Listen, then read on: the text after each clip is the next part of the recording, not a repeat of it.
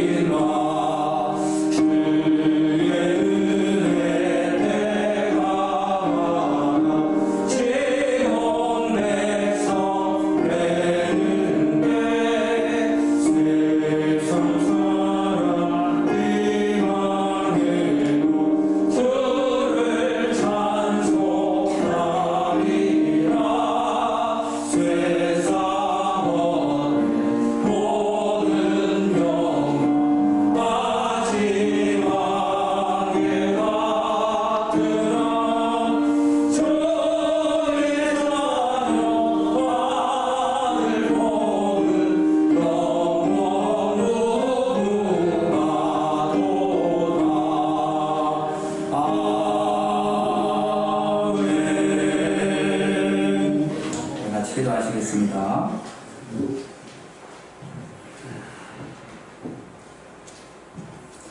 교회 머리가 되시는 주 예수 그리스도의 하나님 우리 아버지 감사합니다. 오늘 하나님께서 우리에게 은혜를 베풀어 주시되 70일 동안의 특별 새벽 기도회를 마무리하면서 하나님 예비하신 주님의 사자 목사님을 보내주시되 하나님께서 그 인생을 통하여 친히 하나님의 은된 교회를 섬기게 하시고 젊은 시절에 하나님 앞에 부름을 받으며 평생의 몸된 교회를 위하여 헌신하게 하시며 그 삶으로 또 섬김으로 모든 사역으로 준비하시고 또 이제 코로나 때문에 2년을 저희가 기다려서 또 이 특별한 시간에 함께 하나님의 음성 듣기를 위하여 주님께서 사랑하시는 박은주 목사님 보내주시고 또 저희를 이 자리에 모아주시니 감사를 드립니다. 아버지 하나님, 하나님께서 주의 몸된 교회를 통하여 지금도 살아계신 생명의 말씀으로 역사하시며 기록된 말씀뿐 아니라 오늘도 우리 가운데 살아계신 주의 성령님께서 친히 역사하사 기록된 말씀이 우리 가운데 주의 음성으로 들려지도록 역사하시고 또 깨닫게 하시고 그렇게 또한 순종함으로 우리 삶 속에 성령의 권능이 나타나도록 도우시는 것을 믿습니다.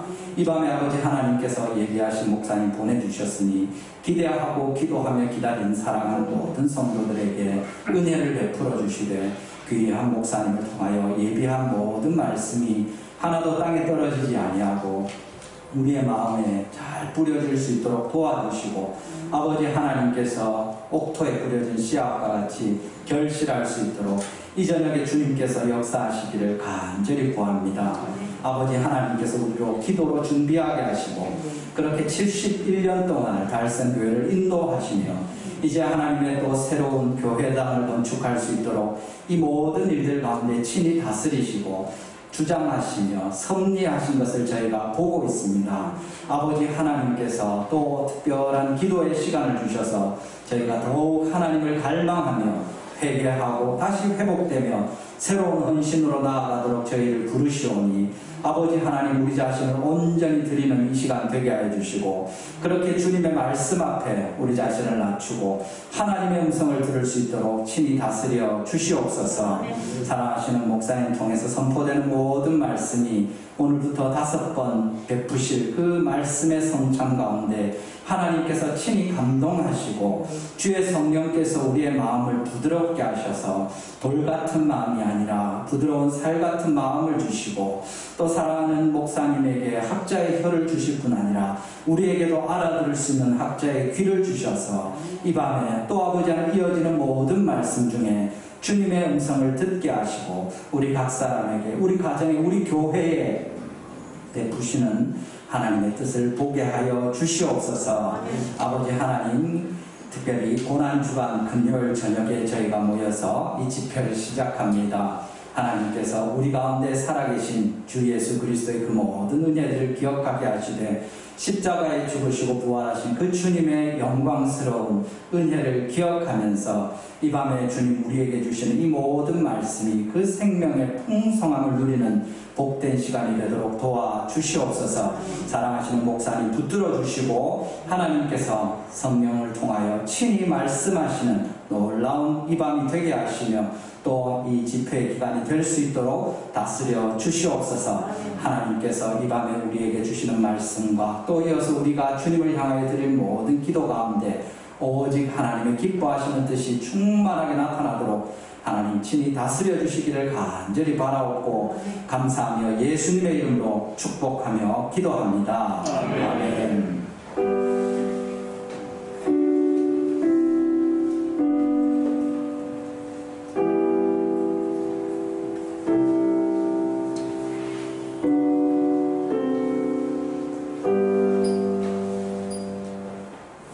오늘 저녁에 보실 하나님의 말씀은 마태복음 16장입니다. 마태복음 16장 13절에서 19절까지의 말씀 우리 같이 교독하시고 말씀 듣도록 하겠습니다. 마태복음 16장 13절에서 19절입니다.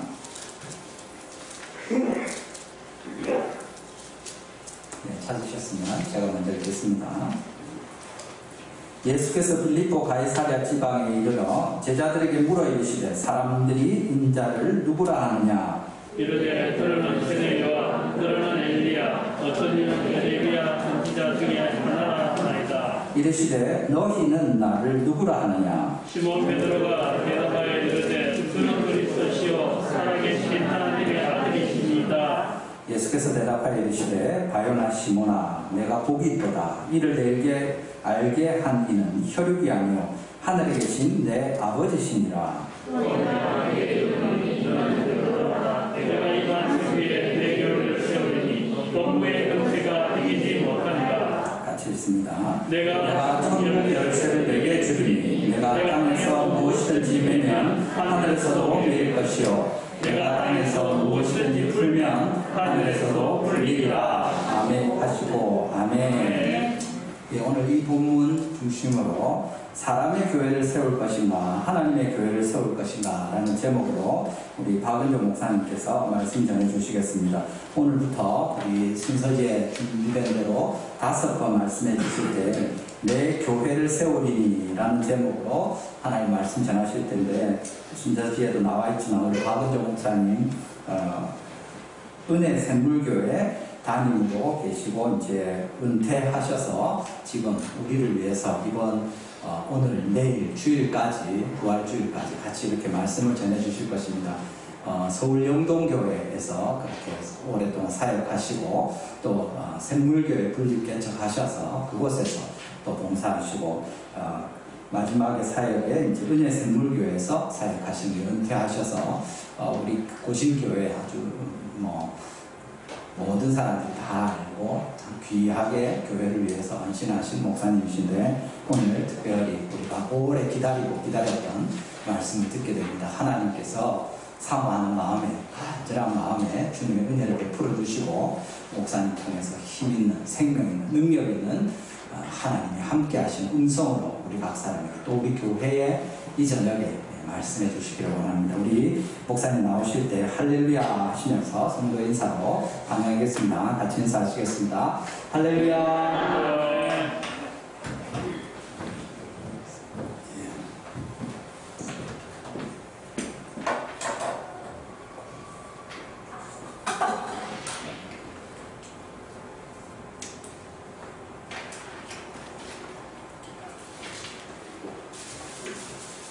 다시 한번 기도합니다.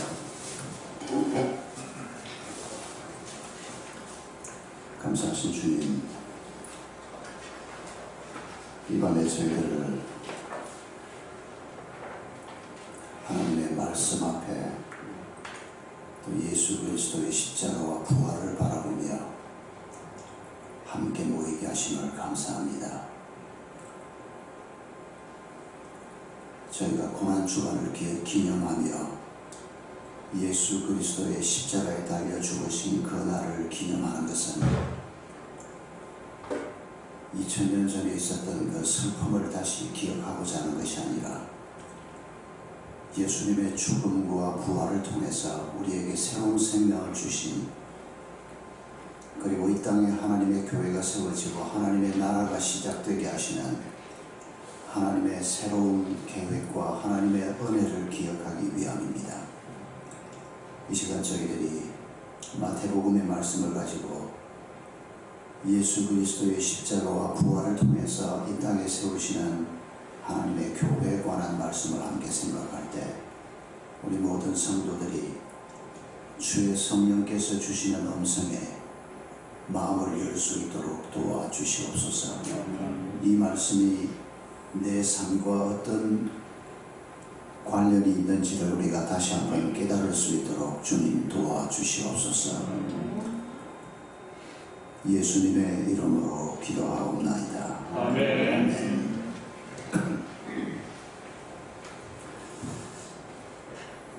오늘 마태복음 16장 말씀을 보면 예수님께서 약 한 3년 정도의 사역을 마치시고 이제 마지막으로 예루살렘으로 내려가는 여행에 관한 얘기를 시작하고 있습니다. 예수님께서 대략 한 30쯤 되셨을 때, 정확한 나이가 아니기 때문에 우리가 예수님이 30살에 공생애를 시작하시고 한 3년 후 33살 때 돌아가시고, 이건 사실 전혀 근거가 없습니다. 그냥 대략 한 30쯤에 사역을 시작하셨고, 그리고 복음서를 보면 예수님께서 유월절을 지키기 위해서 예루살렘에 가셨던 기록이 3번 나옵니다. 그걸 근거로 해서 3년 그러는데 사실은 3년보다 조금 더 길 수도 있습니다. 그래서 대체로 30살, 33살 그건 우리가 참고사항으로만 기억을 하시고 30쯤에, 그러니까 29일 수도 있고 31일 수도 있고 30쯤에 사역을 시작하셨고, 만약 길게 본다면 어떤 학자들은 한 37, 8까지도 예수님이 돌아가셨을 때 나이라고 측정하는 사람도 있는데 모든 근거는 다 희미합니다. 그래서 이런 건 우리가 너무 확정적으로 기억하지 마시고 대략 한 30쯤 되신 예수님이 한 몇 년 사역을 하시고 이제 마지막으로 본거지였던 갈릴리를 떠나서 예루살렘으로 내려가시는 겁니다. 그리고 예루살렘에서 십자가에 달려 죽으시는 겁니다. 그런데 우리가 읽은 본문을 보면 예수님께서 갈릴리에서 남쪽으로 여행길을 잡은 게 아니고 북쪽으로 여행길을 잡습니다. 이 빌립보 가이사라라고 하는 도시는 갈릴리 북쪽에 있는 헐몬산 기슭에 있습니다. 지금 현재 이 도시가 발굴 작업 중에 있습니다. 아마 몇 년이 지나면 거기 전쟁이 없고 하면 우리가 새롭게 발굴된 빌립보 가이사라를 가볼 수가 있을 텐데 아직은 여기 가본 사람이 별로 없습니다. 근데 왜 예수님께서 지금 십자가에 달려 죽으시는, 그리고 사흘 후에 부활하시는 예수님의 구속사역의 완성이라고 할 수 있는 엄청난 사역을 앞에 놓고 왜 예수님께서 북쪽으로 올라가셨을까? 짧게 잡으면 한 달 후에 돌아가시는 겁니다. 대략 시간을 계산해 보면 이 빌립보 가이사랴에 들어가셨다가 그 근처에서 시간을 조금 보내시고 변화산에서 엘리야와 모세를 만나서 말씀 나누시는 장면도 바로 이때 장면입니다. 그리고 난 다음에 한 며칠 걸려서 예루살렘에 내려가시고, 그리고 예루살렘에서 시간을 좀 보내시고 돌아가시는데, 지금 예수님의 마음은 온통 이 십자가 사건에 쏠려 있었을 겁니다. 그런데 예수님이 이 여행을 시작하면서 빌립보 가이사라로 먼저 들어가셨습니다. 이 빌립보 가이사라라고 하는 도시는 좀 특별한 도시입니다. 필립이라고 하는 왕이 만든 도시인데 이 도시의 이름에 로마 황제 이름이 붙어 있습니다. 로마가 다스리던 당시에 팔레스타인만 해도 가이사라라고 하는 이름이 붙은 도시가 2개가 있습니다. 그리고 그 외 지역에도 이 황제 칭호를 뜻하는 단어가 가이사라 아닙니까? 그런데 어떤 도시의 이름에다가 가이사라라고 하는 이름을 붙이려고 하면 이 고고학을 전공한 이 학자들의 기록을 보면 2가지 특징이 있다는 겁니다. 하나는 아주 근사한 도시라야 가이사라라고 하는 도시 이름을 붙일 수 있다는 겁니다. 허접한 도시를 만들어 놓고 로마 황제 칭호를 갖다 붙이는 건 로마가 허락하지 않았다는 겁니다. 그러니까 예수님이 들어가셨던 이 가이사라 빌립보가 아주 아름다운 도시였다는 얘기입니다. 그리고 또 한 가지 특징이 더 있습니다. 그건 뭔가 하니까 모든 로마가 만든 도시에는 신전들이 있습니다. 이 사람들은 그리스 로마 신화에 나오는 신을 주로 섬기는 다신교를 믿는 사람들입니다. 그런데 많은 신전이 도시마다 있는데 모든 도시에는 또 특징적인 주신전이 있습니다. 가령 고린도 같은 도시에 가면 그 고린도의 주신은 뭔가 하니까 아프로디테라고 하는 미의 여신입니다. 도시마다 이런 신, 주신이 있습니다. 우리 도시의 수호신은 누구다 이런 식으로 정해놓는 겁니다.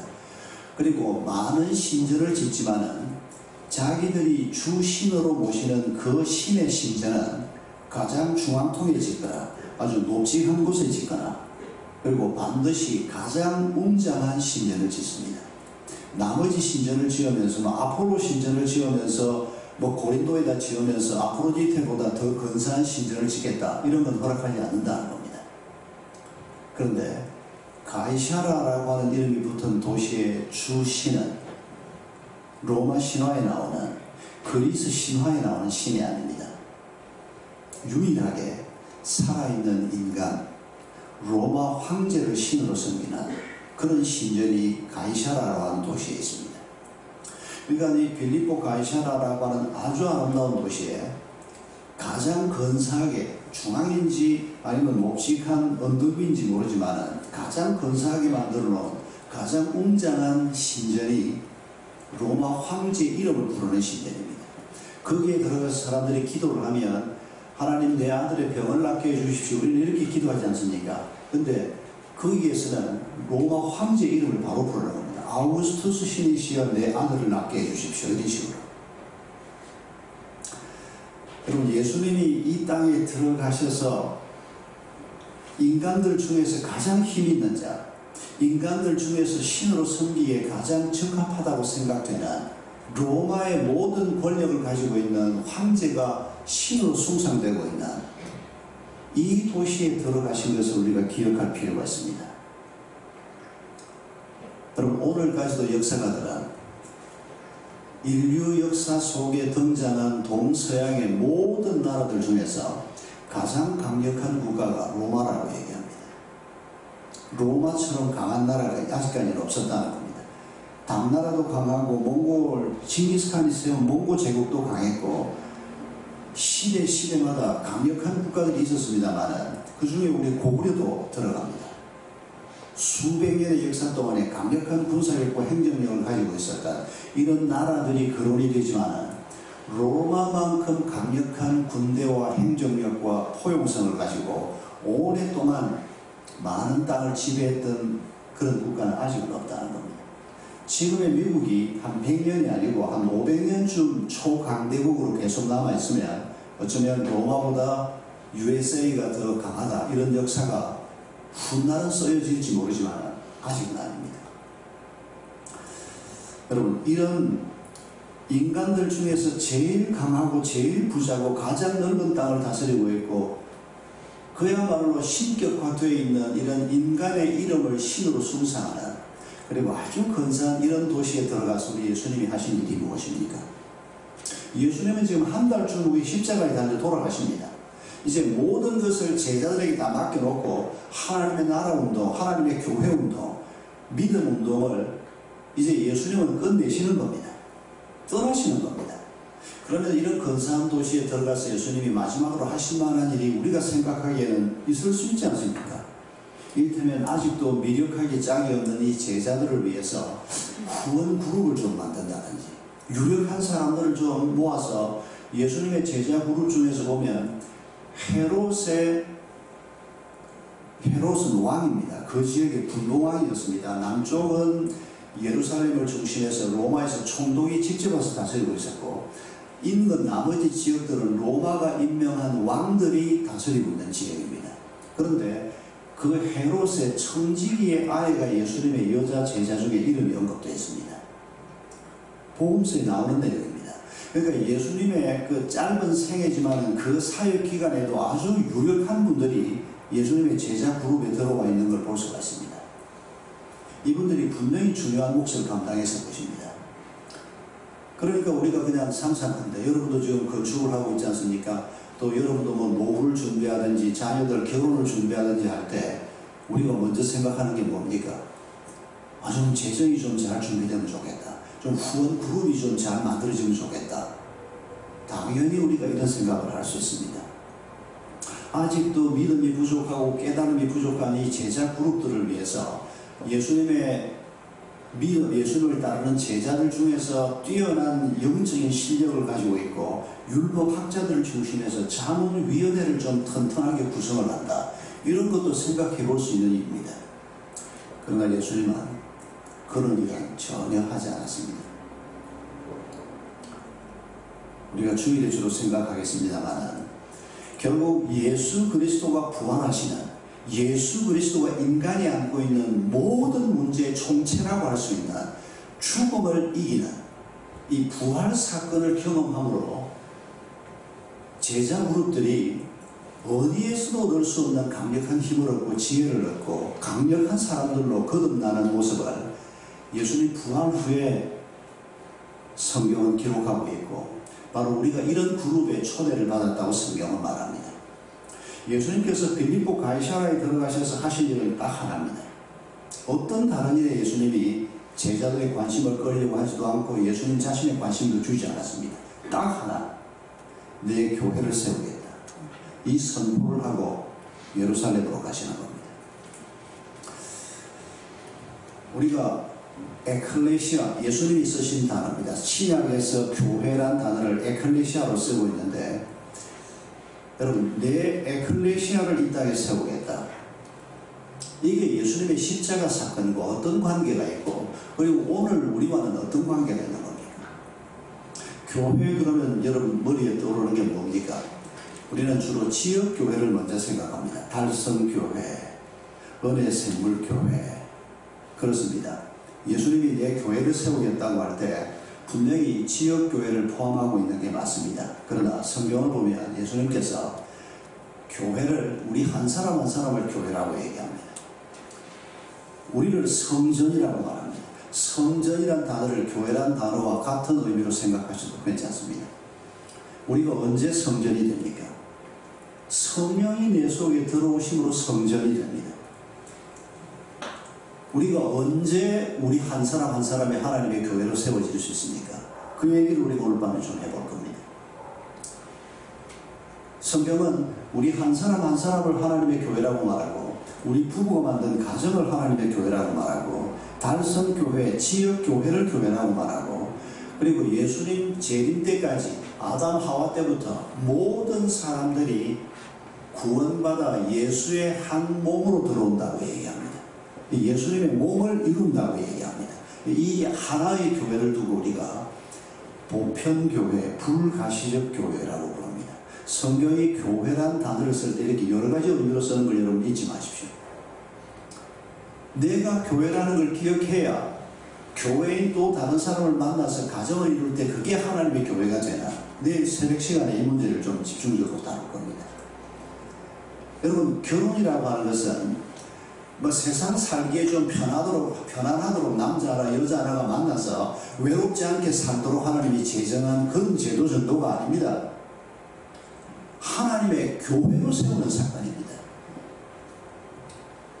그냥 뭐 사람 적당하게 생기면 뭐 그냥 결혼하면 되고, 또 뭐 결혼해서 애 낳고 3년 되고, 여러분 성도의 가정을 하나님께서 그런 의미 정도로 부르신 게 아닙니다.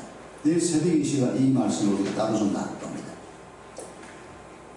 내가 교회고 우리 부부가 만드는 가정이 교회고, 이 교회가 확장됐을 때 달성교회라고 하는 지역교회가 세워지는 겁니다.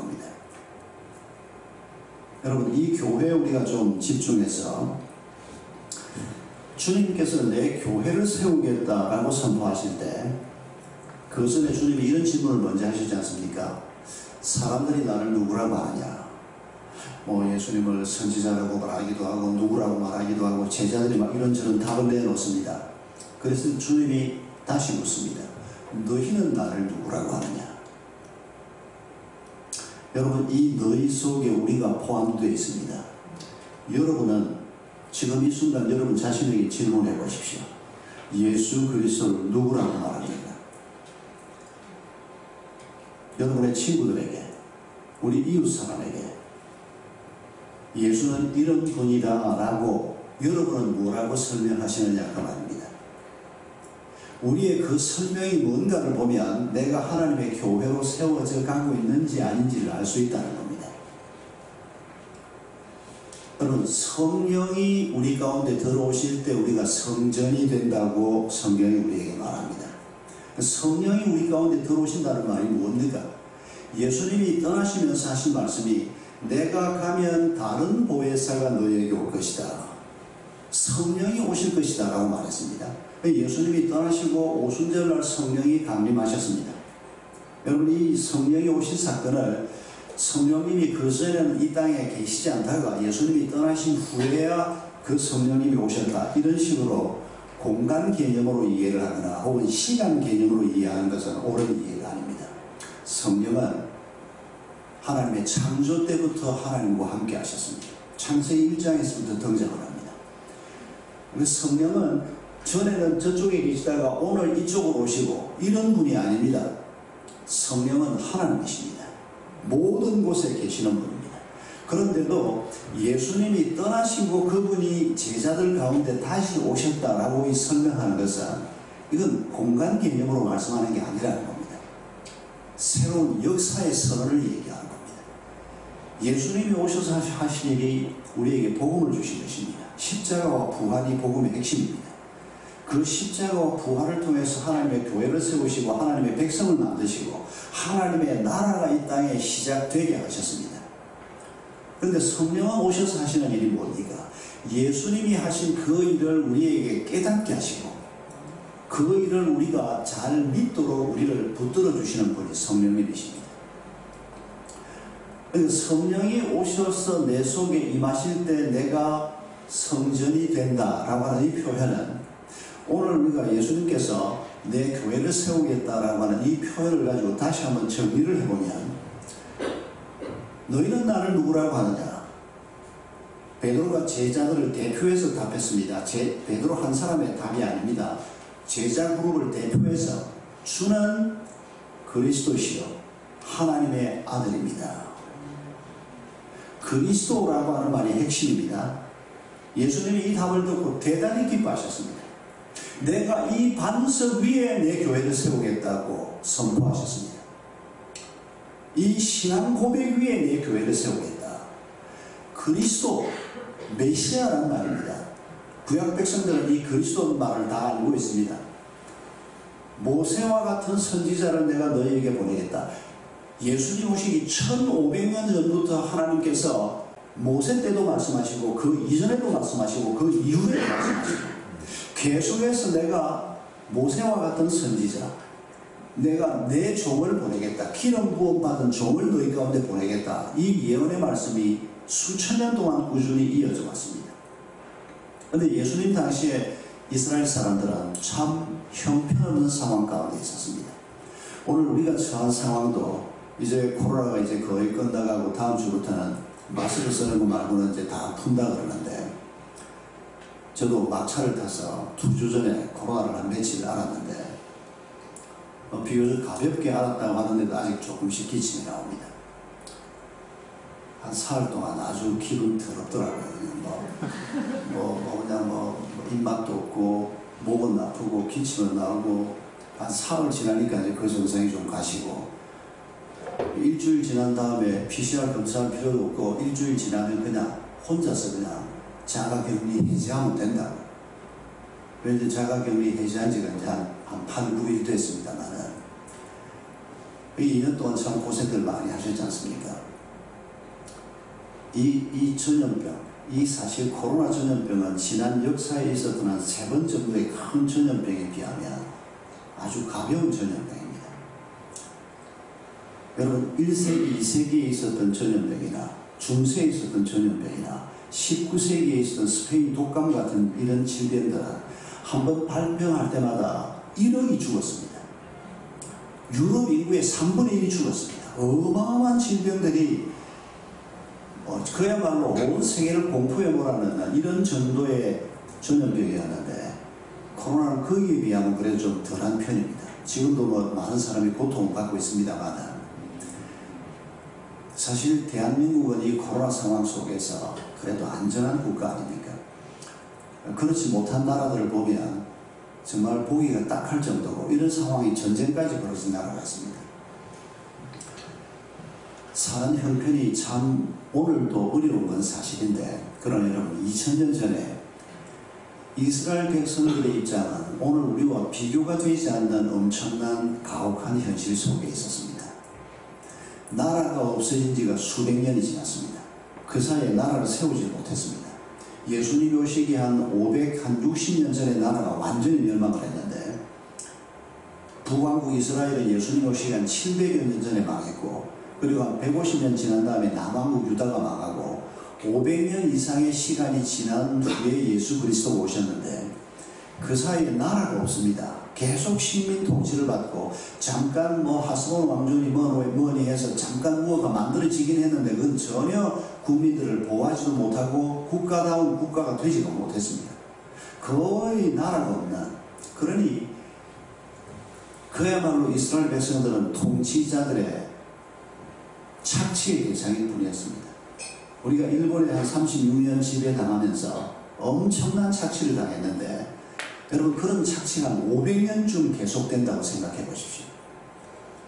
백성들은 먹을 게 없고 살 집이 없어서 토굴 속에 살고 있는 사람들이 전 인구의 한 3분의 1, 20% 이런 정도까지로 추산하기도 하고, 먹고 사는 것도 문제지만 더 이스라엘 백성들에게 고통이 됐던 것은 종교 문제였습니다.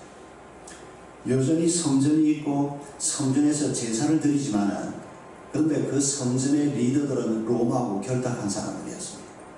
대제사장을 비롯해서 그 당시 지도자들이 이스라엘 백성들이 어떻게 해서든지 하나님을 만나게 하고 신앙생활을 더 잘할 수 있도록 도와주고 하나님을 사모하는 마음을 품도록 도와주는 자들이 아니고, 어떻게 하면 많이 끌고 와서 저것들을 머리세를 좀 더 받고 저것들을 떠먹을까, 그 궁리나 하는 사람들이 그 당시에 대부분의 종교 지도자들이었습니다.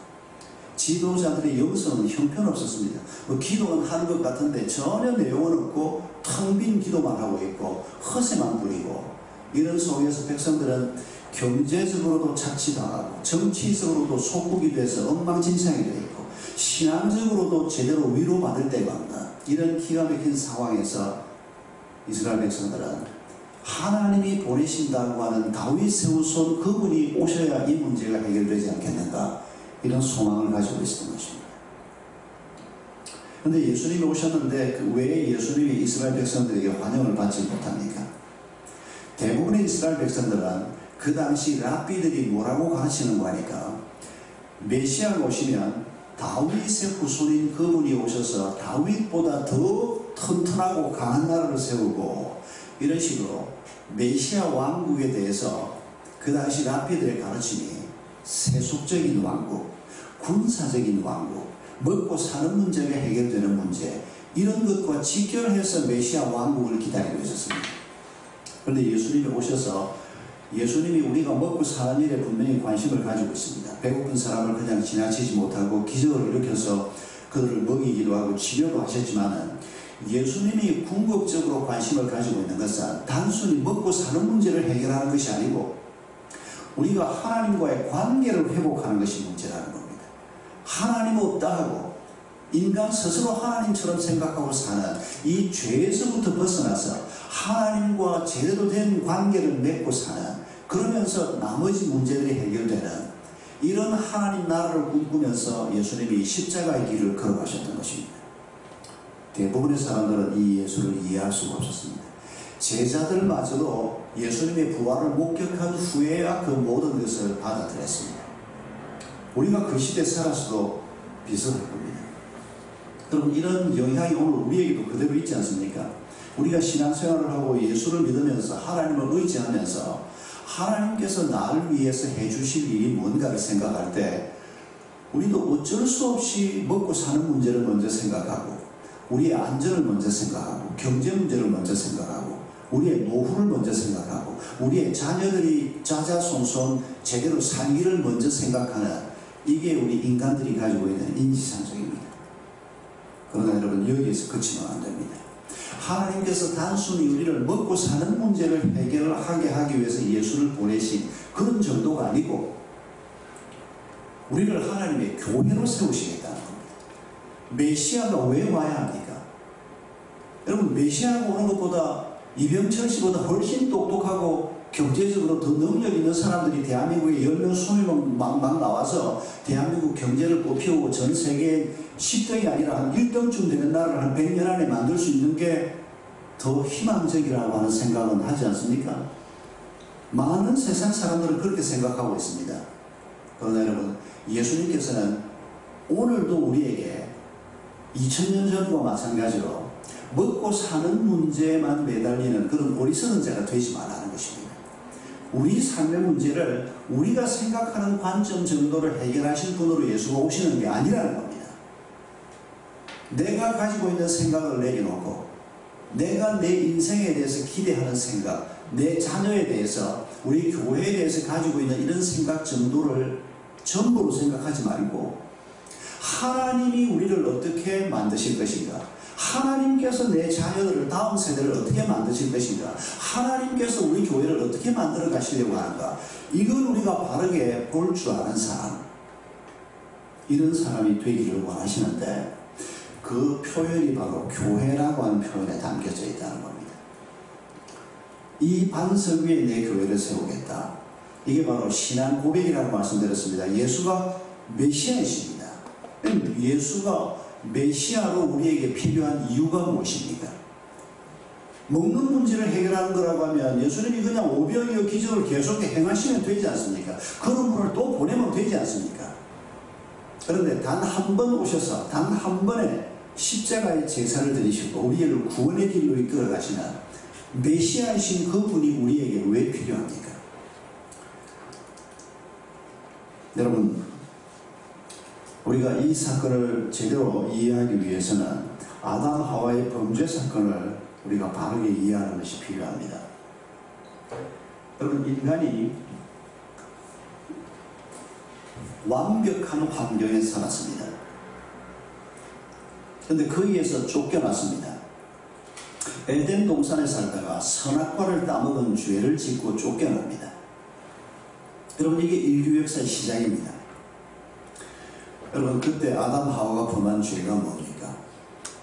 선악과를 따먹은 죄라고 성경이 기록하고 있는데 여러분 창세기 3장 5절을 보면 뱀의 모습으로 나타난 사탄이 아담 하와에게 당신들이 이 열매를 먹으면 눈이 밝아져서 어떻게 된다고 얘기합니까? 하나님처럼 될 것이라고 얘기합니다. 여러분 아담 하와가 선악과를 따먹을 때 그들이 가지고 있었던 생각, 목적이 뭔가 하니까 하나님처럼 되고 싶다. 여러분 이 표현에 우리가 주의하셔야 하는 것은 하나님이 우리를 하나님의 형상대로 지으셨습니다. 우리가 하나님처럼 되는 것은 기본적으로 나쁜 것은 아닙니다. 그건 하나님이 원래 가지고 계신 계획입니다. 우리는 하나님의 자녀들입니다. 자녀는 아버지를 닮게 되어 있습니다. 하나님께서는 우리 한 사람 한 사람을 하나님 비슷한 존재, 예수 비슷한 존재로 만드시는 것을 오늘도 그분의 목적으로 가지고 계십니다. 그런데 아담 하와가 하나님처럼 되고 싶다고 했던 것은 하나님이 가지고 계신 목표대로 따라가는 게 아니고 그런 방법으로 가는 게 아니고 말씀에 순종하고 하나님의 인도하심을 한 걸음 한 걸음 받아서 하나님처럼 되는 게 아니고 하나님을 거역함으로 하나님처럼 되겠다는 겁니다. 다 먹어도 좋다. 이것만은 먹지 말라. 그게 무슨 뜻입니까? 하나님이 통치자라는 것입니다. 하나님이 주인이라는 것입니다. 하나님이 명령하는 분이라는 것입니다. 그런데 내가 그걸 먹어야 되겠다. 하나님이 먹지 말라 그랬지만 내가 이걸 먹고 내가 하나님처럼 되겠다. 여러분 이게 무슨 뜻입니까? 하나님은 더 이상 내게 명령하는 자로 필요 없다는 겁니다. 내가 내 인생 알아서 살겠다는 겁니다.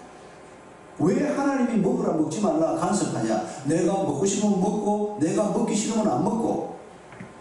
여러분 이건 얼핏 보면 자기가 하나님처럼 되는 일 같지만은 이건 하나님과의 관계가 깨지는 일이고 오히려 더 비참해지는 길이라는 것을 성경은 우리에게 설명하고 있습니다. 그래서 어떤 성경학자들은 이렇게 설명합니다. 지금 앞에 예쁜 꽃들이 있는데 지금 이건 힘기워져 있어서 다 산 꽃들입니다. 그런데 여러분 꽃꽂이 해놓은 꽃을 생각해 보십시오. 꽃꽂이를 만들 때 여러분 꽃꽂이를 해서 예쁘게 꽂아놓은 그 꽃들은 산 꽃입니까? 죽은 꽃입니까? 당연히 죽은 꽃입니다. 그 꽃이 언제 죽었습니까? 꽃나무에서 잘리는 순간 죽었습니다. 뭐 그거 의심하는 분은 아무도 없죠. 뿌리가 있고 그 줄기가 있고 꽃이 크게 열려있지 않습니까? 그런데 그 꽃나무에서 잘리는 순간 꽃은 생명과 단절이 되는 겁니다. 그런데 그걸 가지고 와서 꽃꽂이를 하는 겁니다. 아무리 예쁘게 꽃을 꽂아놨지만은 여러분 이 꽃꽂이한 꽃은 이미 죽은 꽃입니다. 아무리 물을 뿌리고 아무리 난로를 쳐도 이미 죽음은 와 있습니다. 그런데 얼핏 보면 우리가 막 꽃꽂이 해놓은 꽃을 보면 죽은 것 같지는 않습니다. 너무 이쁘니까. 그런데 죽음은 이미 와 있는데 그 죽음의 증상이 서서히 나타납니다. 하루, 이틀, 사흘 지나가면 어떻게 나타납니까? 꽃잎가가 거뭇거뭇해지기 시작합니다. 이게 언제 온 겁니까? 꽃나무에서 잘릴 때 이미 온 겁니다. 그런데 물기가 아직 좀 있기 때문에 이게 나타나지 않았을 뿐입니다. 이미 죽음은 왔고 시간이 지나면서 서서히 그 죽음의 증상들이 나타나기 시작하는 것뿐입니다. 여러분 아담 하와가 내가 하나님처럼 되고 싶다. 그러면서 하나님의 말씀을 깨트리는 그 순간 꽃나무에서 잘린 꽃과 같은 생명에서 잘려나온 죽어버린 꽃과 같은 존재가 됐다. 그 설명은 대단히 타당한 설명입니다. 아직도 인간은 봐줄만 합니다. 하나님처럼 되고 싶다고 반란을 일으키고 하나님하고의 관계가 깨져버렸지만은 죄를 짓는 그 순간에 20대쯤에 얼굴이었을 것으로 짐작하는 그 아담 하와가 한 50대쯤으로 늙어버렸다든지 그런 표가 전혀 없습니다. 겉으로 보기에는 아무 변화가 없는 것 같아 보였습니다. 그러나 성경은 그들에게 영적 죽음을 선포합니다. 생명이신 하나님과 관계가 끊어져 버린 겁니다. 죽음이 그들에게 이미 임한 것입니다. 그리고 그 죽음의 증상들이 어떻게 나타납니까? 두려움으로 나타납니다. 불안함으로 나타납니다. 그러니까 폭력적이 됩니다. 이의적이 됩니다. 여러분, 이 모든 것들이 하나님과의 관계가 끊어지고 영적 죽은 상태에서 생겨나는 것들입니다. 우리가 죄라고 말하는 이런 모든 것들이 사실은 하나님과의 관계가 끊어진 그 죽음에서부터 배어나오는 죽음의 증상들이라는 것을 우리가 알 수가 있습니다. 이런 상태에 있는 이 사람들을 그냥 두었으면 아무리 근사한 집을 짓고 살고 아무리 내가 원하는 사람을 만나서 결혼을 하고 내가 원하는 직장에 들어가서 살아도 인간들이 만족할 수가 없는 것입니다. 그 삶에는 기쁨이 없는 것입니다. 왜냐하면 인간은 처음 만들어질 때부터 하나님의 형상으로 지음받은 하나님 비슷한 존재로 지어졌기 때문입니다. 그런데 이 하나님의 형상이라고 하는 것이 하나님과 교제하면서 하나님이 가지고 계신 하나님의 성품들을 인간에게만 주신 것이기 때문에 인간이 하나님과 교제하면서 그 깊은 영혼 속에 있는 이 형상이 채워지고 회복이 되고 하나님과의 교제가 있을 때 비로소 만족을 얻을 수가 있는데, 여러분, 인간 존재를 이렇게 이해하지 못하는 사람들은 그냥 인간이나 돼지나 인간이나 사자나 그냥 생기는 동물에 불과한데, 인간을 이렇게 이해하기 시작하면, 특히 진화론적으로 이해하기 시작하면 인간은 그저 먹는 것 있으면 되고 짐승들과 마찬가지로 하나님이 우리에게 주신 이 하나님의 형상이라고 하는 소중한 부분들을 하나님의 말씀을 받아들이지 않는 사람들은 깨닫지도 못하고 인정하지도 않고, 그러나 여러분 보십시오. 먹고 살만한데 가질 만큼 가졌는데 왜 인간이 외롭습니까? 왜 인간에게 기쁨이 없습니까? 우리 마음속에 하나님이 계시지 않기 때문입니다.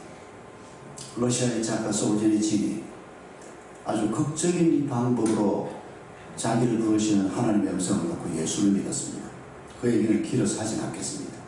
그런데 그 솔제니친이 젊을 때 예수를 믿고 평생 작가로 살면서 소련에서도 살아보고 미국에서도 살아보고 평생을 살면서 많은 작품을 썼는데, 그 솔제니친의 작품에서 그리고 그의 삶에서 그가 우리에게 증언하고 있는 게 바로 그거 아닙니까? 왜 인간이 고통을 받고 있나?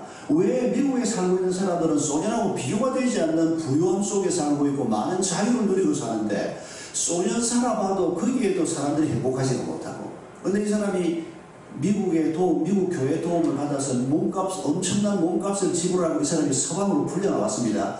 미국 와서 살아봐도 미국 사람들도 여전히 행복하지 못하고, 솔제니친이 한 말이 뭡니까? 왜 사람들이 고통을 받는가? 하나님을 떠나 있기 때문이다. 그들에게 하나님이 없기 때문이다. 여러분, 이 말에 모든 인간은 귀를 기울여야 하는 것입니다. 인간은 먹는 것만으로 만족할 수 있는 존재가 아닙니다. 정신적인 위안을 얻는 것만으로 인간은 만족할 수 있는 존재가 아닙니다. 하나님의 형상을 받은 영혼이 우리에게 있고 그 영혼이 살아나야 그 생명이 충만해지는 것이고, 그 이전에 필요한 게 뭡니까? 바로 인간이 내가 내 삶의 주인이다. 하나님 필요 없어. 우리에게 더 이상 하나님이라는 존재가 필요한 게 아니고, 우리가 내가 신적인 능력을 가지고 있다는 것을 깨닫고 우리가 당당하게 우리의 길을 개척해 나가는 것이 인류사회가 해야 될 일이다. 이런 주장을 한 학자들이 오늘도 많이 있습니다. 대단히 용감한 사람들이고 대단히 뛰어난 사람들이 틀림없습니다만, 그러나 그들은 하나님이 인간을 어떻게 지으셨는지, 그리고 인간의 근본적인 문제가 무엇인지를 아직도 깨닫지 못하는 세상의 헛똑똑이들 뿐입니다. 여러분, 예수님께서 십자가에 달려 죽으시는 가장 중요한 이유가 뭡니까? 우리가 하나님 없이 내가 하나님처럼 살겠다는 인간의 교만, 인간의 이기심, 이 죄를 씻기 위해서입니다. 이 죄를 우리가 버리지 못하면, 이 죄를 사함받지 못하면 우리가 억만금을 가지고 있어도 내가 원하는 뜻을 다 이루어도 인간은 이 땅에서 외로울 수밖에 없고 고통받을 수밖에 없는 존재라는 것입니다. 주님이 그리스도십니다 라고 하는 이 베드로의 고백 속에 담겨있는 게 바로 그거라는 겁니다. 예수님이 십자가에 달려 죽으시는데 그 십자가의 의미가 바로 인간이 안고 있는 이 죄 사함의 십자가라는 것을 지금 그리스도라는 말로 고백하고 있는 것입니다.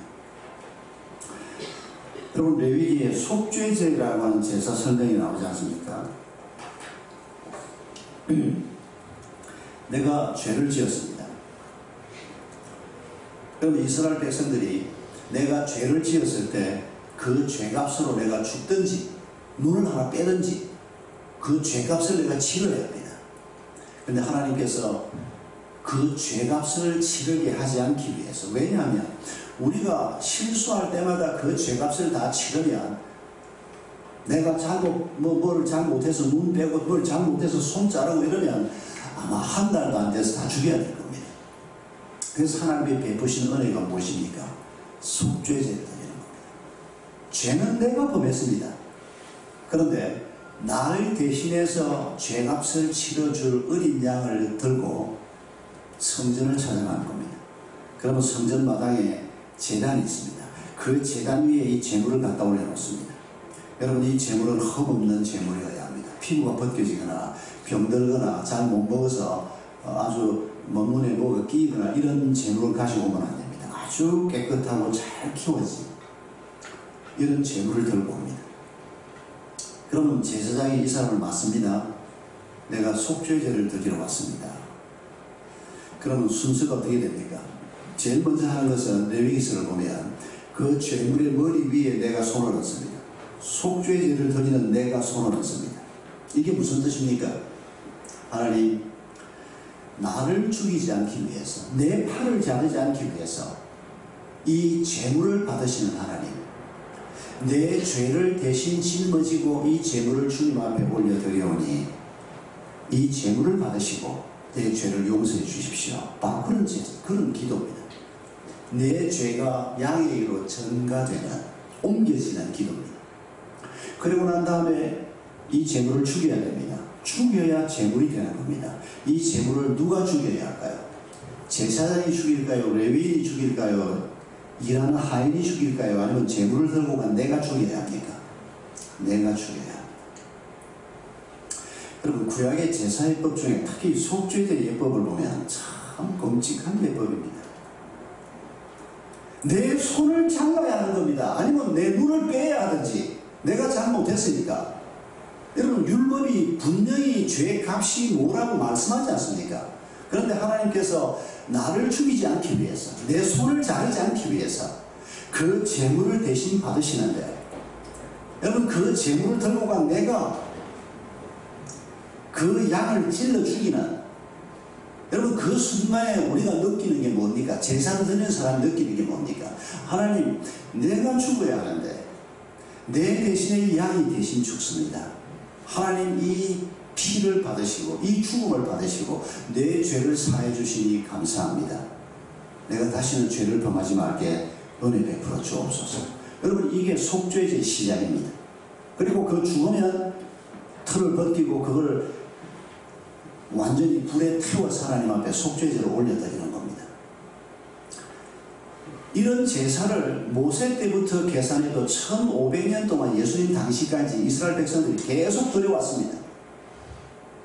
내 죄가 어떻게 용서함 받는지 그들이 제사를 통해서 너무도 분명히 배우고 있었습니다. 그런데 그 예수 그리스도 보셔서 자신이 너희들의 죄값을 대신할 어린 양으로 십자가의 길을 간다고 말씀하십니다. 근데 이걸 받아들이지 못하는 겁니다. 받아들이기 쉽지 않았을 겁니다. 우리하고 똑같이 생긴 인간 예수가 비록 훌륭한 분이라고는 하지만 그분을 하나님의 아들로 믿고 그분의 죽음을 우리의 죄값을 대신하는 대속적인 죽음이 될 것이라고 믿는 것이, 이건 정말 하나님께서 우리에게 믿음을 선물로 주지 않으면 이건 정말 믿기 어려운 일이었을 것입니다.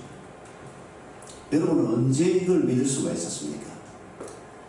저도 어릴 때부터 교회를 나가면서 믿는 가정이 아닌 가정에서 그냥 전도받아서 교회를 다니면서 고등학교 한 1학년 때까지 주일마다 교회를 가서 목사님 설교를 들으면서 예수가 우리의 죄값을 위해서 죽으셨다고 하는 말을 우리가 어릴 때는 뭐 한 주일도 안 빠지고 목사님이 그런 설교를 굉장히 강력하게 하셨습니다. 참 믿기 어려웠습니다. 교회가 참 괜찮은 데 같은데 참 사람들 우리 동네에서 착한 사람은 여기 다 모여 있는 것 같고, 우리 아버지도 그 중부교회 김목수 그 사람 정말 참 좋은 사람이더라. 그 김목수가 우리 교회 장로님이십니다. 제가 다닐 때는 물론 집사님이셨죠. 지금 이제 원로 장로님 되셔서 병석에 지금 누워 계시고 90이 넘으셨는데, 내가 봐도 참 좋은 분들이 모여있는 교회고, 교회 가면 마음에 평안도 있고 참 배우는 것도 많은데, 그런데 죄인이라는 말, 예수님이 우리를 위해서 죽으셨다는 그 말을 참 받아들이기 어려웠습니다. 믿는 가정에서 자랐으면 좀 쉬웠을지 어땠을지는 모르겠습니다만, 한 번씩 일주일에 한 번 교회 가서 그 말을 듣는데, 세상에 이런 말을 다 하나, 주말만 좀 빼놓으면 설교는 참 들어줄 만한데, 이런 생각을 고1 때까지 계속 하면서 다녔습니다. 그래도 교회를 안 떠난 게 참 용하죠. 제가 교회를 안 떠난 건 제 친구 한석이 덕분이고, 목수였던 김목수였던 우리 김장관님 덕분입니다. 그분이 주일날 예배가 끝나고 나면 우리 고등학생 며칠 데리고 자기 집으로 가서 우리를 데리고 앉아서, 그분이 우리 그 고등부 지도교 교사였거든요. 우리를 데리고 앉아서 그것도 한 3명 내지 4명을 데리고 왔습니다. 그 우리를 데리고 앉아서 말하자면 제자 훈련을 했던 겁니다. 그냥 뭐 교재도 없고 그냥 주로 질문하고 답하는 거였지만은 참 잊을 수 없는 사랑이었습니다.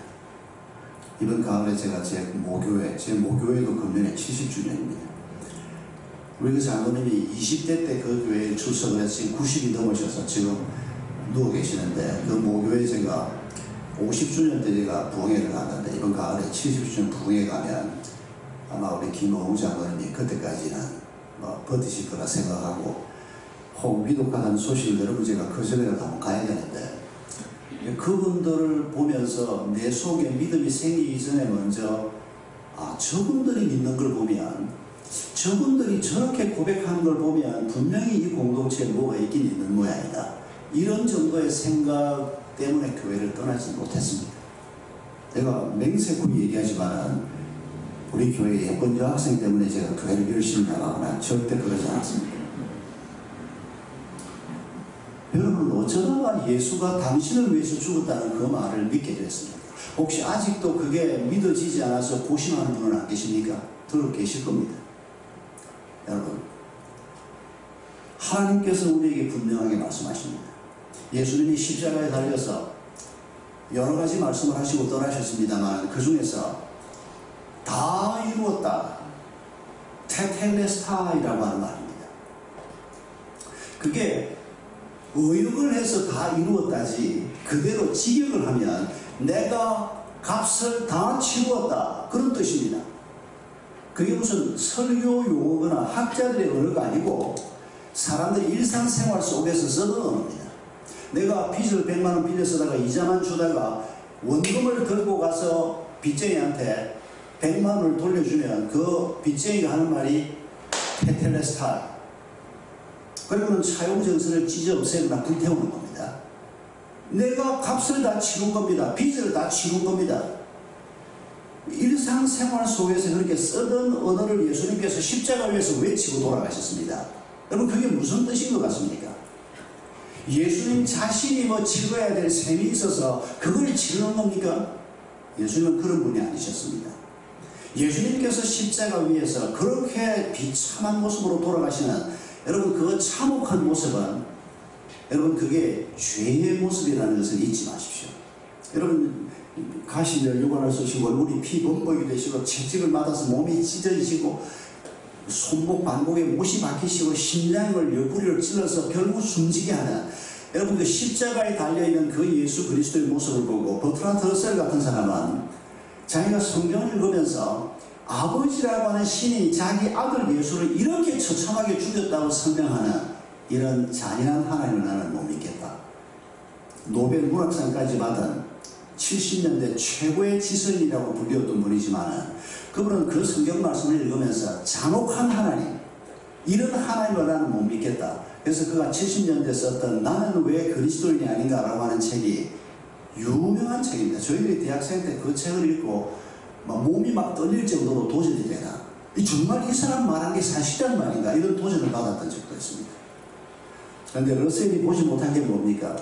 여러분, 예수님이 십자가에 달려 계신 그 모습은 하나님의 잔혹함을 보여주는 게 아니고 죄의 잔혹함을 보여주는 겁니다. 하나님을 떠나 사는 인생들의 처참함을 보여주는 겁니다.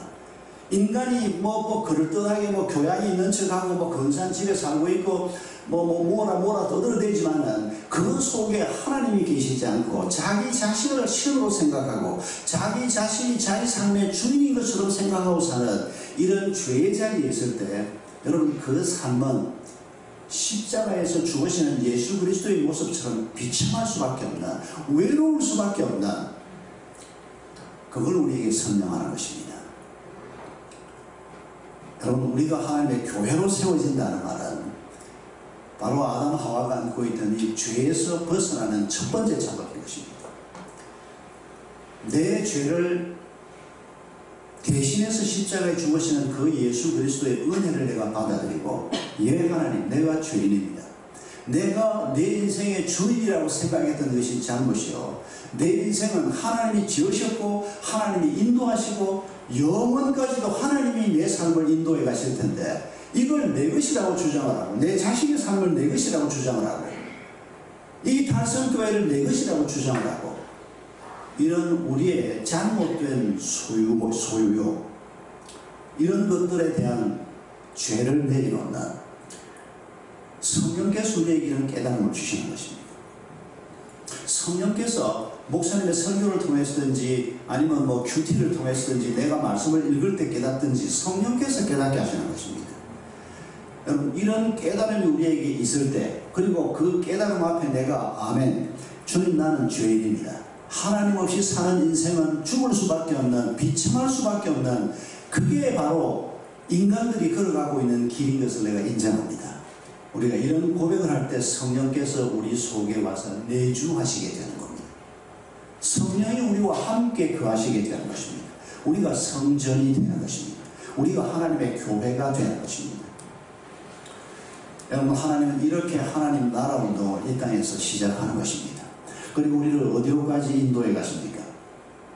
여러분, 오늘 본문에 보면 교회에 주는 두 가지 영광을 약속하고 있습니다. 그 첫 번째는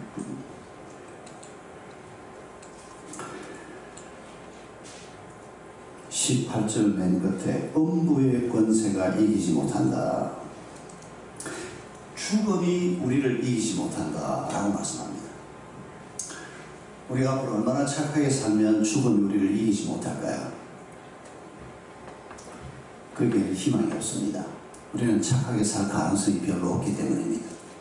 믿음을 가지고 있어도 끊임없이 실수하고 인간적인 욕망을 버리지 못하고 있고, 내가 뭔가를 해서 죽음의 권세를 내가 이길 수 있다, 그 길은 애초부터 막혀 있었고 앞으로도 그 길은 열리지 않을 것입니다. 그러나 예수 그리스도가 죽음을 이기셨습니다. 예수 그리스도가 죽음을 이기셨습니다. 그 예수 그리스도를 내 주로 받아들이는, 내 의리로 받아들이는 하나님의 교회도 죽음을 이기게 될 것입니다. 그것이 주님이 주신 약속입니다. 죽음을 이긴다는 말이 무슨 말입니까? 이 세상에서 우리가 육체의 죽음을 보지 않는다는 뜻입니까? 아닙니다. 우리 다 육체의 죽음을 통과할 겁니다. 우리 여기도 저보다 더 연세 드신 형님 누님들도 더러더러 눈에 띄는데, 저도 건강하게 잘 살았습니다. 그런데 3년 반 전에 암 수술을 받게 됐습니다. 그래서 한 4년 댁에 선택을 했습니다. 암 수술 받고 회복은 잘 됐는데 현장 사역을 더 하는 건 교회를 위해서 안 되겠다 싶더라고요. 새벽교회를 갈 수가 있으니까, 사람을 잘 만날 수가 있으니까, 적어도 그런 기간이 한 1년 이상 갈 걸 생각하니까, 또 1년 후에도 또 건강이 지금 이렇게 회복이 될 걸 그때 사실 잘 상상이 안 됐습니다. 그래서 아무래도 안 되겠다 하고 한 4년을 땡겨 선택을 했습니다만은, 지금 생각해도 2018년 6월 20일이었습니다. 애초 저희가 1년 동안 추적해오던 검사 결과를 그날 저한테 통보하다는데 우리 교회 집사님 이집사님인데 목사님 죄송합니다. 암입니다. 한 달 후에 수술해야 됩니다. 그 통보를 제가 신방하는 중에 받았습니다. 그리고 전이가 됐는지 안 됐는지 모르겠다는 수술을 해봐야 알겠다. 뼈에 딱 붙어 있어서 이게 전이가 됐으면 이게 보통 문제가 아닙니다. 이게 이제 뭐 항암도 해야 되고 뭐 생명도 뭐 굉장히 이제 단축이 되는 건데 만약 전이가 안 됐으면 그래도 좀 치료는 좀 쉽다. 근데 수술을 해봐야 전이 여부를 알겠다. 딱 한 달인데 그 한 달 동안 아마 제 인생에서 가장 하나님 앞에 겸손하게 머리를 숙이고 있었던 때가 아닌가 싶습니다. 근데 참 감사하게도 제가 그 통보를 금요일인가 그랬는데 받고 주일날 제가 설교하는 중에 나도 모르게 얘기됐습니다. 저 암입니다. 어제 통보 받았습니다. 한 달 후에 수술 받습니다. 이런 얘기를 설교 중에 뭐 그냥 하려고 원래 생각한 거 아닌데 우리 교회 중에 저를 보고 어떤 사람이 그랬습니다. 목사님 2번 놀랬는데 암이라 그래서 놀랬고 암이라 그러는데 목사님 얼굴을 보는데 암이 아니고 감기줄 앓는 사람 같아서 2번째 놀랬다고. 그 말이 저한테도 많은 걸 느끼게 했습니다. 왜냐하면 제가 굉장히 마음에 하나님이 나를 지금 부르시는 건가 아니면 뭐 끔찍한 고통을 한번 통과하고 나를 부르실 건가 이런 복잡한 생각 속에 있는데도 참 감사하게도 제가 믿음이 좀 있더라고요. 설교한다고 믿음이 있는 건 아니지 않습니까? 설교는 하나님의 말씀이니까 전하는 건데 내가 설교에서 표현했던 그 표현이 내 믿음으로 남아있는 건 별개의 문제라는 걸 제가 늘 느끼고 사는데 그런데 암이라 그러고 상황이 어떻게 될지 모르겠다 그러는데 두려움이 생기지 않고 마음에 평안이 오고 제 아내도 담담하게 받아들이고 우리 부부에게 하나님이 주시는 평화라고 느껴지는 이런 평온함이 유지가 되고 한 달 동안 기도하면서 무슨 다른 막 생각이 흐트러지는 이런 걸 전혀 경험하지 못하는 이런 은혜를 4년 반 전에 경험을 했습니다. 죽음을 이긴다는 말은 바로 그거구나 하는 걸 제가 느낄 수가 있었습니다. 여러분 우리가 다 죽을 겁니다. 육체 생명이 끝날 겁니다. 어떻게 갈지는 아무도 알 수 없습니다. 우리 장모님은 좀 편안하게 그냥 천국 가게 해달라고 그렇게 기도를 하셨는데 별로 편안하게 가지는 못했습니다. 암에 걸리시고 치매도 약간 오시고 참 그렇게 평소에 기도 생활을 하시던 분이 그 기도대로 그냥 막 한 2, 3일 앓고만 딱 가셨으면 좋을 뻔했는데 그러지 못했습니다. 병원 생활도 꽤 오랫동안 하시고 어떻게 우리를 불러가시는지 잘 모르겠습니다. 기도해봐야 별 소용도 없구나 하는 느낌도 많이 받습니다. 그러나 하나 우리가 확실하게 하나님께로부터 보장받은 것은 그 죽음의 권세가 우리를 이기지 못한다는 것입니다. 우리가 주님에 대한 신뢰를 가지고 평소에 믿음의 길을 걸어가면 그게 죽음이든 죽음에서 파생되어 오는 어떤 두려움이건 혹은 이기심이건 이런 저런 것들을 우리가 이길 수 있다. 그걸 주님이 지금 약속하고 계시는 것입니다. 그리고 육체의 죽음에 대해서 제가 한 2달 전에 참 귀한 감정을 들었습니다.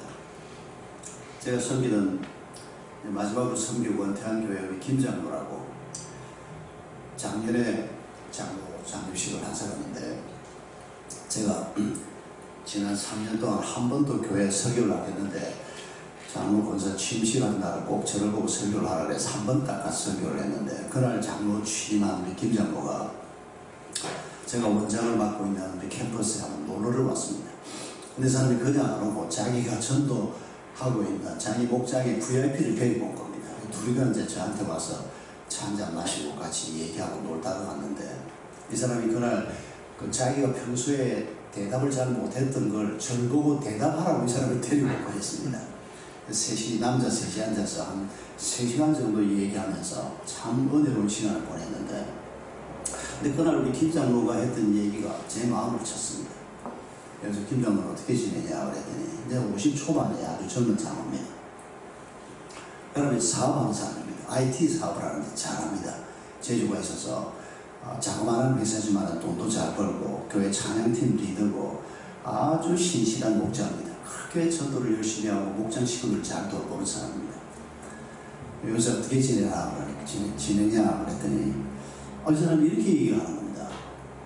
목사님 요새 성경을 읽으면서 하나님이 어떤 분이신가에 대한 생각을 많이 하는데, 하나님이 이 모든 것을 만드셨고 이 은하계 안에 별이 1000억 개가 넘고 이런 은하계가 또 1000억 개가 넘고 어마어마한 우주를 만드신 하나님을 요새 자기가 자주 생각을 하는데, 도대체 하나님은 어떤 분인가 그러면 우리가 지구별 하나에 붙어 사는 것만 해도 미국 한번 가려고 해도 멀고 유럽 한번 가려고 해도 이렇게 먼데, 이 우리가 속한 은하계가 어마어마하지 않습니까? 태양 같은 별이 1000억 개가 넘게 우리 이 은하계 하나 속에 들어있거든요. 여기서 100만 광년을 가야 그 다음 은하계가 있는데, 안드로메다라고 하는 그 은하계는 2000억 개의 별들이 있단 말입니다. 근데 이런 은하계가 전 우주에 한 1000억 개쯤 널려있다는 겁니다. 이게 지금 현재 천체 물리학자들이 발견해 놓은 거 아닙니까?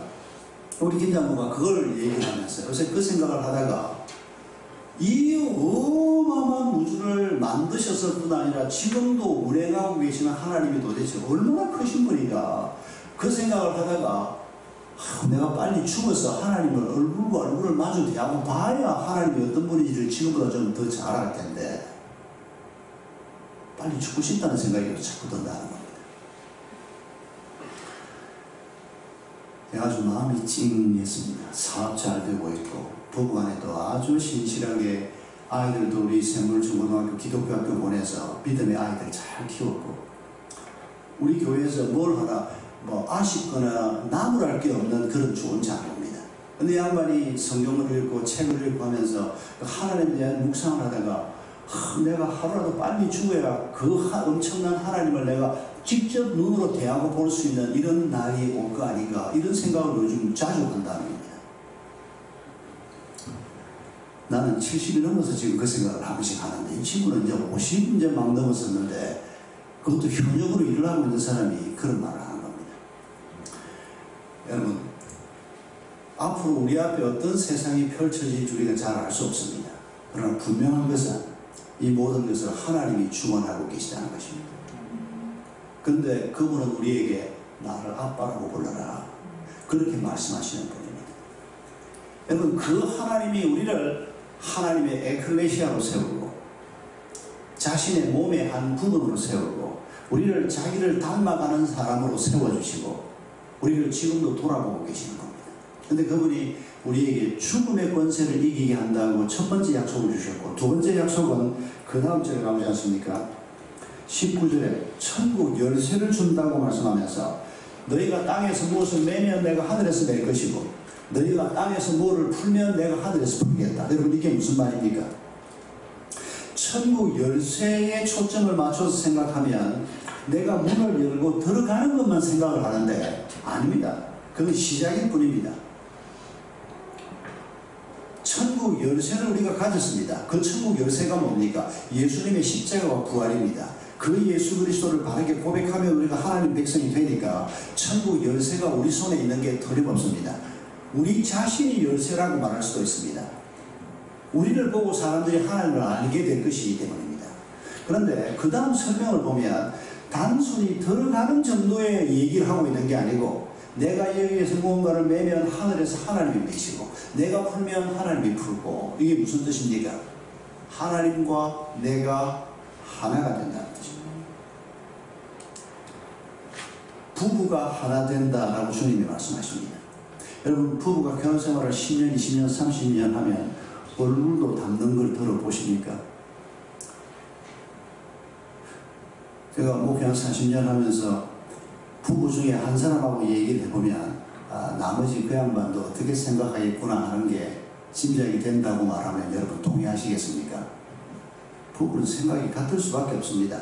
간혹 안 그런 사람이 있긴 하지만 그건 아주 드문 예고. 너무 같이 먹고 자고 생각을 나누고 비슷할 수밖에 없습니다. 그러다가 얼굴도 뭐 더러 닮기도 하고 생각하는 게 같으면 그럴 수 있거든요. 우리가 이 세상에서 경험하는 게 부부가 하나가 된다라고 주님이 말씀하셨습니다.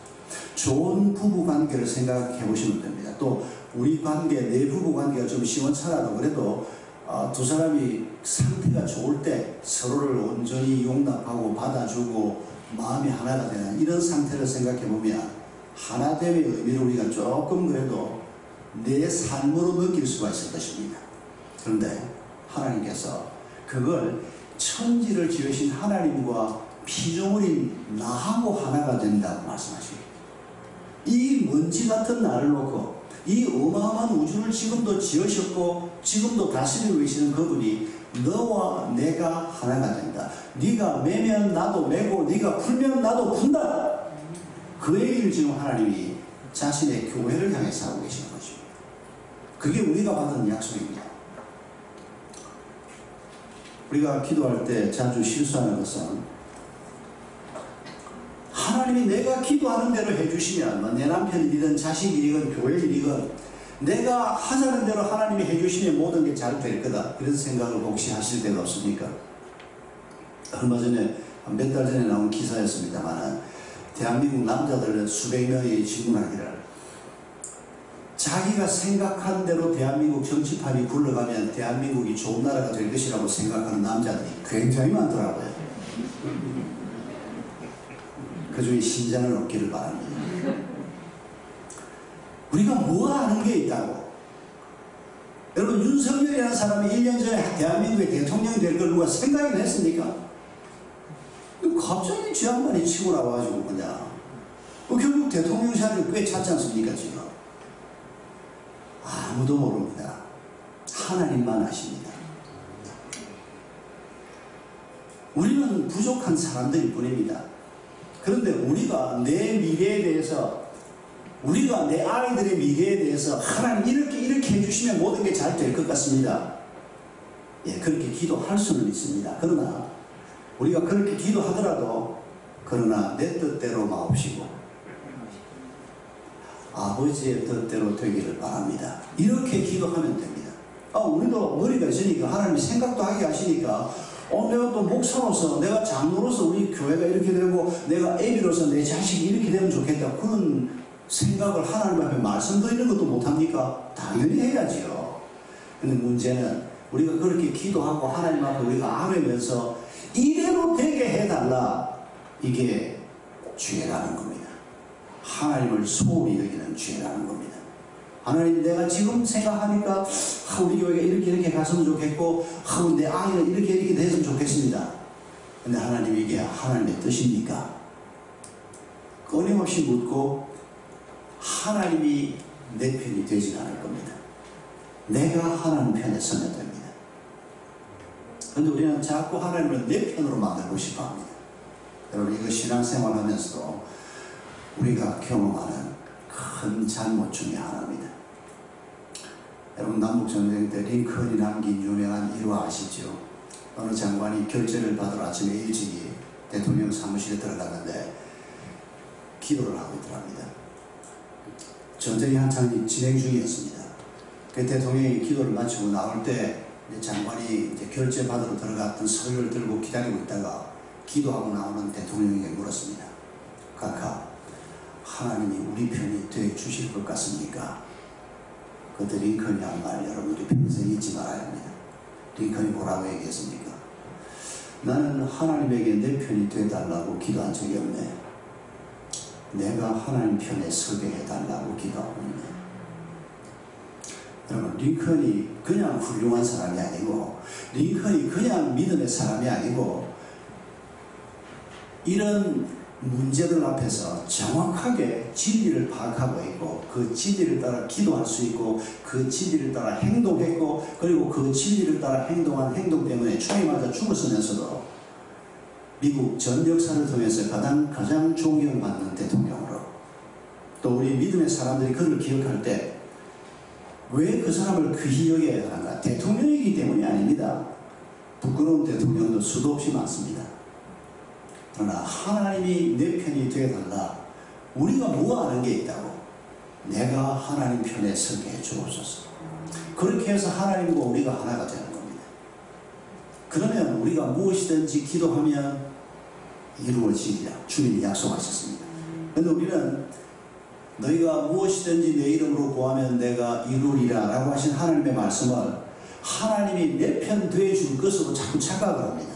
하나님은 그렇게 말한 게 아니고 네가 내 편에 좀 서라. 네가 내 편에 서서 네 인생의 목적을 네가 생각한 걸 목적이라고 하지 말고 내가 주는 목적을 너의 목적으로 삼고 내가 주는 목적을 너의 자녀의 삶의 목적으로 삼고 이 세상 사람들이 말하는 그런 삶의 목적을 네 목적으로 삼지 말고 내가 너를 위해서 주는 이 모든 것들을 너의 것으로 받아들이라. 이게 하나님 편에 서는 것입니다. 이게 하나님의 교회가 되는 것입니다. 이게 하나님의 자녀가 되는 것이고 이게 그리스도의 제자가 되는 것입니다.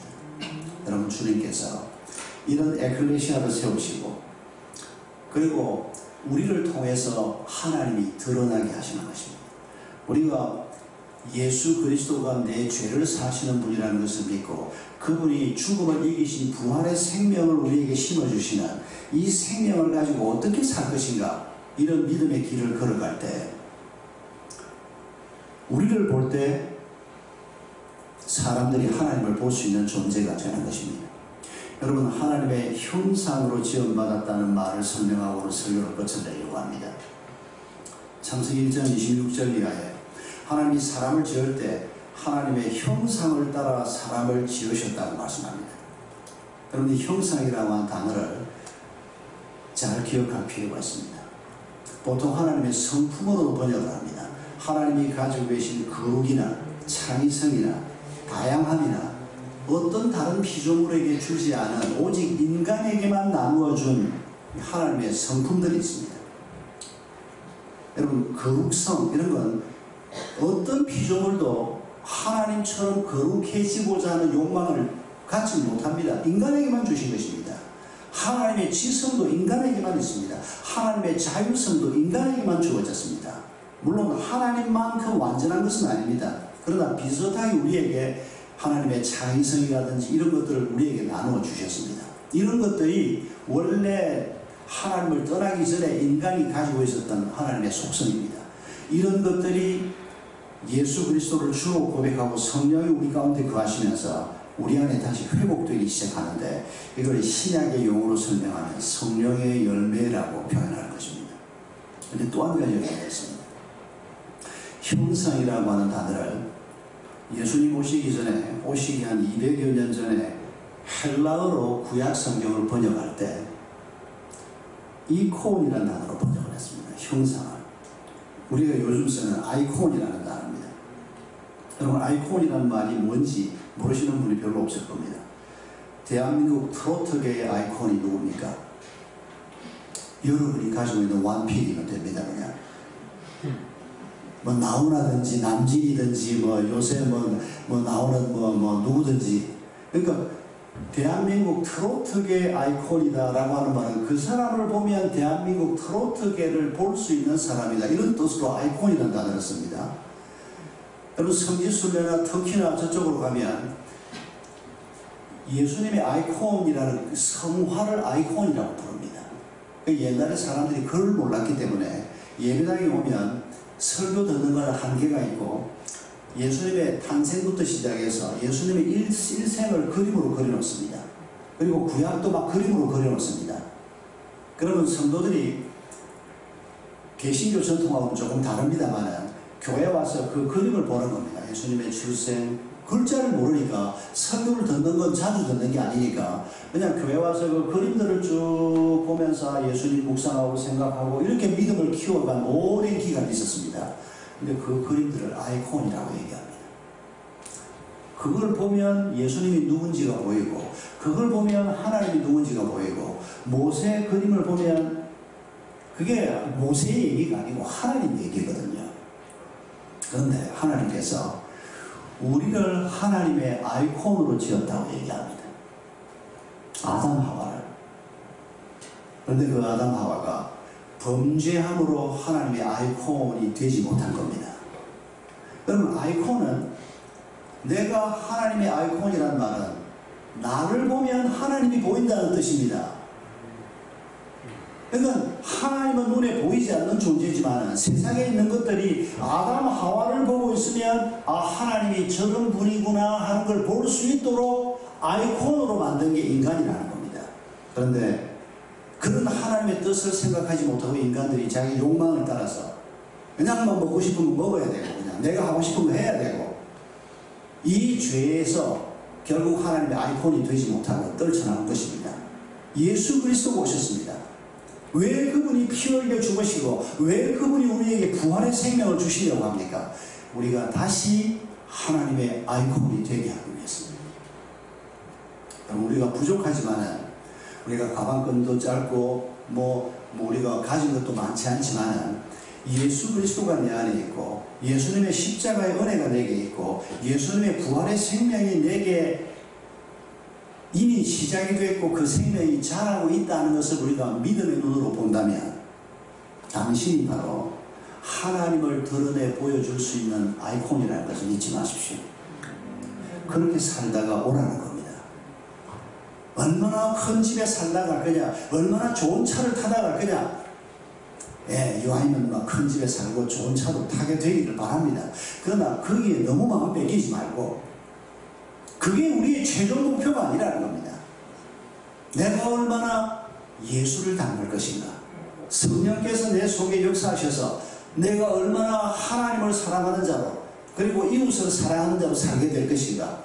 그래서 우리가 점점 하나님의 형상을 회복하는 자로, 그래서 사람들이 나를 볼 때 돈 냄새를 먼저 맡는 게 아니고 인간의 교만의 냄새를 먼저 맡는 게 아니고, 저 친구를 보면 하나님은 저렇게 믿어야 하는 거구나, 그 친구를 생각하면 사람이 그렇게 살아야 하는 거구나. 여러분, 우리 주변에서 이런 말하는 사람들이 많아지기를 주의 이름으로 축복합니다. 그런 사람이 말로 닿을 수 없는 행복과 평안을 누리게 되는 것입니다.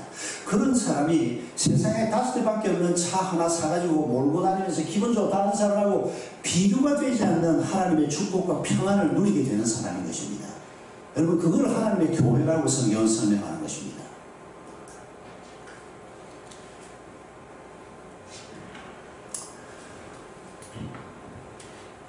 여러분, 말씀을 듣고 이제 집에 가야 되는데, 지금 이 순간 여러분 마음속에 있는 상태를 한번 점검을 해보십시오. 우리가 모르는 얘기를 한 게 아니고 믿음에 관해서, 십자가에 관해서, 교회에 관해서 우리가 아는 얘기를 제가 좀 정리를 한 셈인데, 여러분, 우리 눈을 감고 함께 기도하는 마음으로 들은 말씀을 정리를 해봅시다. 우리 마음속에 하나님이 우리를 위해서 가지고 계신 이 교회의 계획을 들으면서 마음에 기쁨이 생겨나기 시작합니까? 제발 그러기를 바랍니다. 저 말을 다 믿어야 하는가? 정말 저 말이 내 인생 속에서 이루어질 얘기를 저렇게 하고 있는 건가? 그런 의심이 든다면 그 의심을 물리치시기 바랍니다.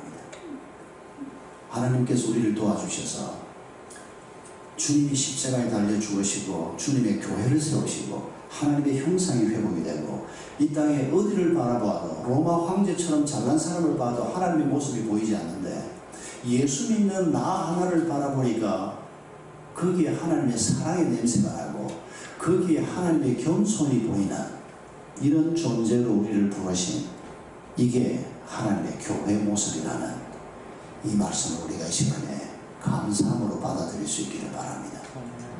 여러분, 이 시간에 목사님 나와서 기도 인도하기 전에 3가지 기도를 먼저 주님 앞에 올려드리고 싶습니다. 첫 번째는 감사의 기도입니다. 이 부족한 우리를 하나님께서 이렇게 하나님의 교회로 세우시겠다고 하는 이 약속의 말씀 앞에 진심으로 감사하십시오. 우리를 이렇게 놀라운 존재로 주님이 세우시겠다는 겁니다. 두 번째 기도는 회개의 기도입니다. 주님은 이런 일을 하겠다고 하시는데 우리는 먹고 사는 일에 바빠서 일상생활에 밀려서 이 엄청난 일이 진행되고 있는데도 나는 하나님의 말씀을 못 치고 살거나 소홀히 여기고 살지 않았는지 하나님 앞에 회개하십시다. 그리고 세 번째 기도는 간구입니다. 하나님, 이루어 주시옵소서. 내가 하나님의 형상을 회복하고 내가 하나님의 에클레시아로 제대로 세워지고 내 가정과 우리 달성교회가 제대로 세워져서 우리가 정말 하나님의 형상이 되게 하시고 하나님의 아이콘이 되게 하소서. 주의 성령께서 이 일을 이루어 주소서. 우리 세 가지 기도 제목을 가지고 먼저 함께 기도하겠습니다. 아버지 하나님, 아버지 하나님 감사합니다. 주님, 아버지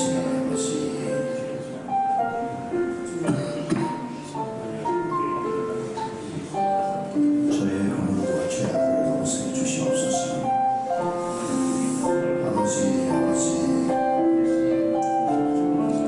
주의 성령께서 저희를 도와주셔서 저희를 통해서 하나님께서 이루고자 하는 일들이 아름답게 이루어질 수 있도록 주님 붙들어 주시옵소서. 오 주님, 하나님의 자비와 긍휼을 간구합니다. 우리 모든 성도들에게 주님 축복해 주시옵소서.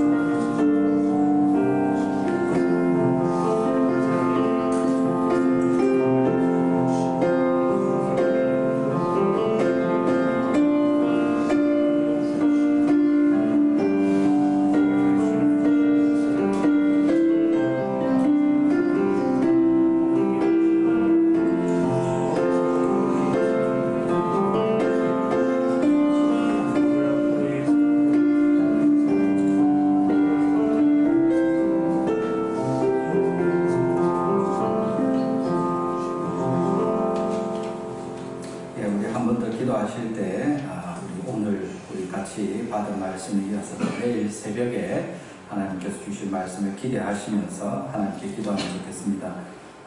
주님 앞에서 계속해서 부활주의를 기다리면서 주님께서도 내일 새벽에 우리 목사님 통해서 주신 말씀 가운데 또 하나님의 음성을 듣게 해주시고 주님께서 우리 교회를 향하여 주시는 큰 뜻을 깨달을 수 있도록 우리 각 사람과 가정에 우리 교회에 하나님께서 말씀하여 주십시오. 내일도 사모함으로 주님께 나올 수 있도록 우리를 도우시고 성령님 이른 아침에 깨우셔서 우리한테 은혜를 주시고 또 목사님을 붙들어 주셔서 필요한 말씀으로 우리에게 역사하여 주시옵소서 같이 기도합니다.